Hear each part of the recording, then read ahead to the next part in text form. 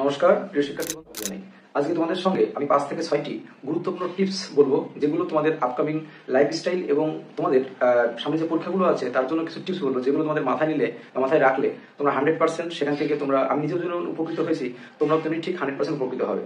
তো তার আমি কয়েকটা জাস্ট সংজ্ঞা বলছি, তারপর তোমাদের আমি সামনের দিকে এগিয়ে যাবো। যেমন তোমাদের অনেকেই আছো দীর্ঘ সময় ধরে পড়ে যাচ্ছ, পড়া মুখস্থ হচ্ছে না, এটা একটা বিষয়। অনেকেই আছো যে পড়াটা কোন স্ট্র্যাটেজিতে পড়বে সেটা বুঝতে পারছো না, বা পড়ছো পড়া মুখস্থ হচ্ছে না, বা ঠিকঠাক মতো পড়তে বসলে মন বসছে না পড়ায়। তো বিভিন্ন অনেক অনেক কারণগুলো আছে। তো এই কারণগুলো থেকে আমাদের কিন্তু সামনে যে কম্পিটিটিভ পরীক্ষাগুলো আছে, তোমাদের ডাব্লিউবি থেকে কেপি, এসআই থেকে শুরু করে ক্লার্কশিপ বা অন্যান্য যে মিসলেনিয়াস পরীক্ষাগুলো আছে, তো সামনে যে পরীক্ষাগুলো আছে সেগুলোকে উদ্দেশ্য করেই আমরা সামনের দিকে ধাপে ধাপে এগিয়ে যাবো। এবং আমি কম্পিটিটিভ পরীক্ষার জন্য কোন কোন বইগুলো ফলো করি এবং কোন কোন বইগুলো থেকে তোমরা হুবহু কমন পাবে, তো সেই বিষয়ে আমি শেষের দিকে বলবো। প্রথমে আমি কয়েকটা টিপস বলবো, যে টিপসগুলো তোমরা যদি তোমার ডেইলি লাইফে এটা কন্টিনিউ করো, তাহলে তুমি 100% উপকৃত হবে এবং 100% তোমার যে স্কিলটা সেটা ডেভেলপমেন্ট হবে। এবং তুমি এখন যদি মনে করো তোমার 10 লাইন মুখস্থ করতে আধা ঘন্টা সময় লাগে, তখন তোমার 10 লাইন মুখস্থ করতে কিন্তু 10 মিনিট সময় লাগবে। তো সেই বিষয়ে তোমাদের সঙ্গে আমি বলবো। তো প্রথম কথা হচ্ছে, দেখো আমি একদম সকাল থেকে শুরু করছি, একদম সকাল থেকে। তো এগুলো কিছু কিন্তু সাইন্টিফিক ব্যাখ্যা আছে। আমি যে কথাগুলো বলছি প্রত্যেকটা কথারই আমি যে টিপসগুলো দেবো, সেই টিপসগুলো কিন্তু শুধুমাত্র আমার মন করা কথা নয়, আমি নিজে এক্সপেরিমেন্ট করেছি এবং তোমরা এক্সপেরিমেন্ট করে দেখবে। এবং এটা কিন্তু সাইন্টিফিক ব্যাখ্যা আছে প্রত্যেকটা কথার পিছনে। আমি যে টিপসগুলো দেবো একদম সকাল থেকে একদম পুরো রাত দিন 24 ঘন্টা। তো প্রথমে আসি, একদম সকালে ঘুম থেকে উঠেই দেখো আমরা সবাইকে কি করি, মোবাইলটা খুলি দেখি কে হোয়াটসঅ্যাপ করেছে, কে ফেসবুক করেছে, কে কি পাঠিয়েছে, কে লাভ রিয়াক্ট পাঠিয়েছে, কে কি করেছে। এগুলো তোমার বেশিরভাগ ছাত্রছাত্রীরা বা বেশিরভাগ শিক্ষার্থী বন্ধুরা এদিকে বেশি ফোকাস দেয়। তো আমি তোমাদের একটা অনুরোধ করবো, তোমরা যদি নিজেকে যদি একটা হাই লেভেলে জায়গায় নিতে চাও, পড়াশোনাটাকে যদি একটা ভালো জায়গায় নিয়ে যেতে চাও, তাহলে তোমাদের সকালবেলায় ঘুম থেকে উঠে সবার প্রথম যেটা করবে, যেটা আমি করি, সবার প্রথম সবাই চেষ্টা করবে 4:30 থেকে 5টার মধ্যে ঘুম থেকে ওঠার। সবাই চেষ্টা করবে 4:30 থেকে 5টার মধ্যে ঘুম থেকে ওঠার। এবার ঘুম থেকে উঠেই মোবাইল তো প্রথম কথা কাছেই রাখবে না। আর বিশেষ করে সকালে যখন ভোরে ঘুম থেকে উঠছো, সবচেয়ে বেস্ট টাইম পড়াশোনা করার ভোর হচ্ছে সবচেয়ে বেস্ট টাইম। তো ভোরে যদি পড়াশোনা করতে পারো তাহলে সবচেয়ে বেস্ট হয়। আর যে কথাটা সবার আগে আমি শুরুতে ফার্স্ট টিপস যেটা বলছি, সেটা হচ্ছে ভোরে ঘুম থেকে উঠে প্রথমে মোবাইল কিছু হাতে নেবে না নিয়ে সুন্দরভাবে বিছানা থেকে উঠে পরিষ্কার পরিচ্ছন্ন হয়ে এসে, বাইরে থেকে এসে তোমার ধ্যানে বসবে। হয় ধ্যান করবে, অনেক প্রার্থনা করবে, যেটা মন চায় সেটা করবে। অবশ্যই প্রতিদিন সকালবেলা ঘুম থেকে উঠে ধ্যান অথবা প্রার্থনা, এটা তুমি কমসে কম শুরুতে 5 মিনিট করে করো। শুরুতে দেখবে 2-1 মিনিট করলে কেমন তোমার বোরিং ফিল হচ্ছে, প্রতিদিন ভাববা জীবনের মধ্যে অন্য সব চিন্তা ভাবনা আসছে, প্রথম দিকে এগুলো হয়। কিন্তু আস্তে আস্তে তুমি ধীরে ধীরে এগুলো করতে থাকো, দেখবে একটা সময় তোমার 10 মিনিট, 15 মিনিট, 20 মিনিট করে এভাবে আধা ঘন্টা তুমি করতে পারছো। তো এরকম ধ্যান অথবা প্রার্থনার মাধ্যমে তোমার মধ্যে একাগ্রতা, তোমার যে লক্ষ্য, তোমার যে মোটিভেট, এটা কিন্তু তোমাকে রেগুলার কন্টিনিউ করতে হবে। এটা করলে তোমার মধ্যে স্থিরতা সৃষ্টি হবে। তোমার যে কনসিয়াস মাইন্ড, সেই কনসিয়াস মাইন্ডটা কিন্তু ধীরে ধীরে কিন্তু আরো ডেভেলপমেন্ট হবে। এবং তোমার যে চেতনা শক্তি, বুদ্ধি শক্তিটা বাড়বে। এটা তুমি কন্টিনিউয়াস, আমার কথা যদি বিশ্বাস না হয়, তুমি 15 দিন থেকে 20 দিন করে দেখো। করে দেখার পর তুমি 15 দিন আগে কি অবস্থায় ছিলে আর 15 দিন পরে কি অবস্থায় আছো, এটা তুমি নিজের বিবেককে প্রশ্ন করলে উত্তরটা পেয়ে যাবে। তো প্রথমে যেটা বলছিলাম, তাহলে ফার্স্ট টিপস হলো কি, তুমি ভোরে উঠে ওখানে প্রার্থনা বা ধ্যান করবে। ধ্যান করার পর তারপর অবশ্যই এই ভোরবেলায় যে কোনো তোমার যে কম্পিটিটিভ বই হোক, তুমি যে পড়াশোনায় যে লাইনে আছো কেন, সেই বিষয়ে খুলতে হবে। তখন কিন্তু মোবাইল বা কোনো কিছু ধরবে না। অন্তত 7টা-8টার আগে কিন্তু ফোনটাকে হাতে নেবে না। এটা হচ্ছে প্রথম বিষয়। তারপর দেখো, এবার তোমার জীবনের লক্ষ্য কি, তোমার জীবনের এম কি, তুমি কি হতে চাও, সেটাকে বারবার বলো। এর পিছনে কিন্তু সাইন্টিফিক ব্যাখ্যা আছে। তুমি কি হতে চাও লাইফে, মনে করো সাপোজ আমি তোমাদের একটা উদাহরণ দিই, যে আমি মনে করো ধরে নাও যে আমি WBCS এগ্রেড অফিসার হতে চাই। তাহলে তুমি কমসে কম দিনের মধ্যে কমসে কম 50 বার মনে বলো, আমি এই 2024 থেকে 25 সালের মধ্যে WBCS অফিসার হয়ে যাবো। আমি 2024 থেকে 25 সালের মধ্যে WBCS অফিসার হয়ে যাবো। তুমি মনে করো তোমার সামনে টার্গেট হচ্ছে WBP কনস্টেবল। তো তুমি বলো নিজেকে, আমি 2025 সালের মধ্যে কনস্টেবল হয়ে যাবো, আমি 2025 সালের মধ্যে কনস্টেবল হয়ে যাবো। তো এই যে কথাগুলো, এগুলো কিন্তু বারবার মনের মধ্যে রিপিট করো। এর একটা পজিটিভ এনার্জি আছে। তুমি যদি এটা বলতে থাকো, তোমার সাবকনসিয়াস মাইন্ড এটাকে কিন্তু শক্তি যোগাবে। এবং সেই শক্তি থেকে তুমি দেখবে তোমার কথার মধ্যে মোটিভেশনটা তৈরি হচ্ছে। তুমি অনেকে বলবে দাদা এটা সিম্পলি আমি WBP কনস্টেবল হয়ে যাবো, আমি WBP কনস্টেবল হতে চাই, আমি WBSI হতে চাই, বা আমি মিসলেনিয়াস অফিসার হতে চাই, বা পুলিশ হতে চাই। এটা বললে আমার কি হয়ে যাবে? না, এটা বললে হবে না। কিন্তু এটা বললে তোমার মধ্যে যে আমাদের সাবকনসিয়াস মাইন্ড, সেটাকে কি করবে, সেটাকে কিন্তু পুশ দেবে, সেটাকে পুশ করবে, সেটাকে ধাক্কা মারবে। এবং তোমার মাইন্ডটাকে কিন্তু আরো এগ্রেসিভ, আরো কিন্তু ওই যে লক্ষ্য, সেই লক্ষ্যের দিকে এগিয়ে নিয়ে যাবে। তো এই কথাগুলো হয়তো তোমাদের কাছে খেলা মনে হতে পারে, কিন্তু এটা কিন্তু অনেক পাওয়ারফুল কথাগুলো। তোমরা নিজেরা একটু ইউজ করে দেখো। তো তুমি লাইফে কি হতে চাও, তোমার টার্গেট কি, সেই টার্গেটটাকে প্রয়োজনে একটা খাতায় লেখো, যে আমার টার্গেট এটা, একটা কাগজে লেখো যে আমি এটা হতে চাই। তুমি তোমার যে টার্গেট বা তোমার যে লক্ষ্য, সেটা তুমি খাতায় লেখো।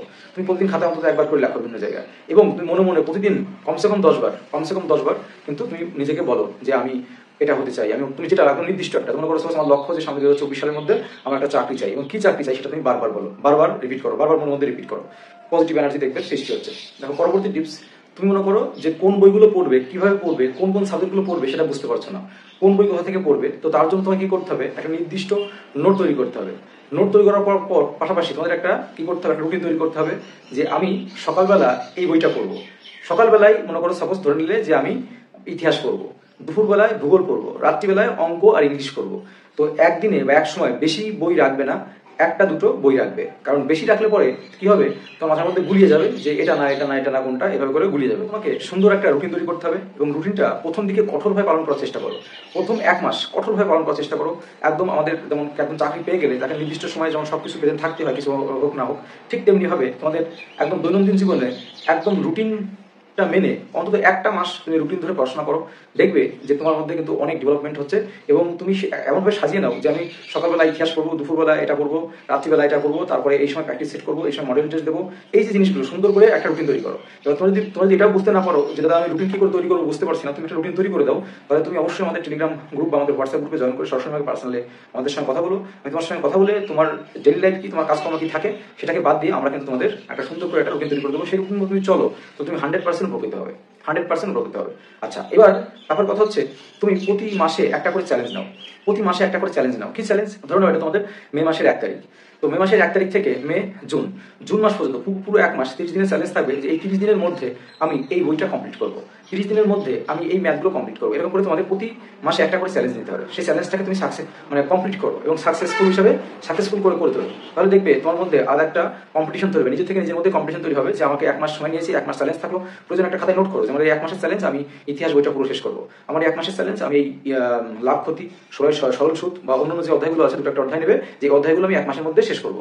তারপর তুমি এরকম করে আমি চ্যালেঞ্জ নিতে বলছি, বুঝতে পারলে? 1 মাসের করে চ্যালেঞ্জ নিতে হবে।